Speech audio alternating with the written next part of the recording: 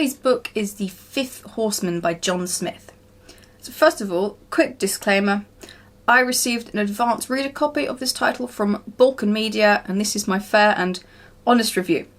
It is, I believe, officially published today, February 7th, so good luck to John Smith in his future endeavours. The Fifth Horseman is a fantastical comedy about the four horsemen of the apocalypse. It follows Mark and Emma, who, through a strange twist of fate, become the assistants of death, going to the mortal world to reap the souls of the dead. Written in the style of the late great Terry Pratchett, The Fifth Horseman blends deadpan comedy and some serious world building to create an absurd story about the literal end of time itself. This is the exact sort of story I wish I'd written. Folklore-wise, it obviously focuses on the four horsemen of the apocalypse from the Bible: war, pestilence, famine, and death. But it also incorporates a few other viewpoints, such as Charon, or Charon, whatever his name is, the ferryman, most associated with Greek mythology. You absolutely loved Smith's interpretation of these characters, especially of Death as this really grouchy old man and Charon as this sort of gold-obsessed miser. It's clear that a lot of thought has gone into the construction of these characters, which I of course appreciate.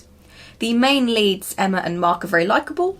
They really do encapsulate that everyman role, allowing the reader to explore the afterworld with them, but still have enough personality to stand up on their own as individual characters. I enjoyed the absolute ridiculousness of the plot, which mixes together the most absurd situations with this very dry British humour from our leads.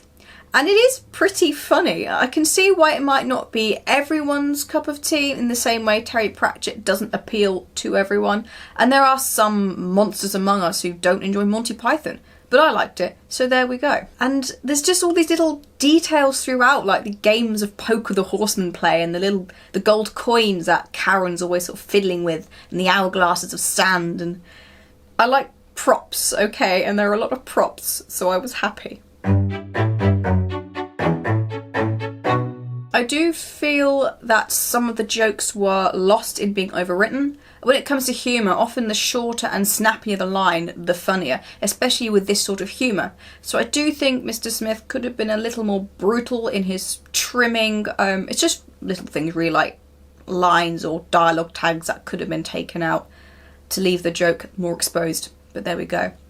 And I do think some parts of it were rushed. For instance, the skills that Mark and Emma have to learn to become Death's assistants, such as riding flying horses and opening portals and using a scythe, have to be taught by various side characters, which is great, but they sort of have one lesson which takes place in one or maybe two parts, and then that's it. I would have liked maybe some more development of those skills over a few lessons, and to see the characters grow more in their capabilities. And this also began to feel quite episodic, especially in the middle. It sort of turned into a collection of scenes and random events, which, I mean, the characters are likeable and the world of the afterlife is interesting, so it's bearable, but it does drag a little. Fortunately, the finale does bring everything back up to speed. Speaking of the finale, I don't think I quite understood exactly what happened. I understand how they resolved everything, spoiler alert, they saved time, but I don't quite know how the calamity really started. If this was a more serious book, I would have been annoyed, but by grace of its genre, I didn't really mind. I want to accept that this thing is happening now. It's easy just to sit back and enjoy it. I suppose in a perfect book, it would have made a bit more sense as to how it all starts going downhill. But, as I said, it's not the most important thing.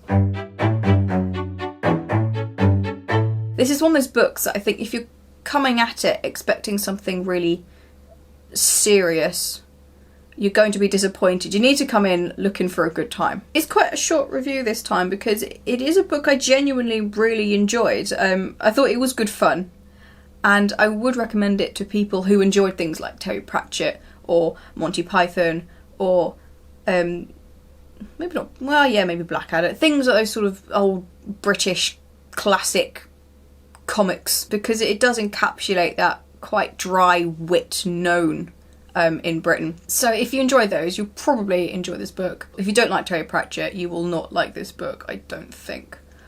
But I liked it. So there we go. Anyway, thank you for listening or watching. Good luck to John Smith. I hope this book does really well. And I'll see you next time on Valentine's Day.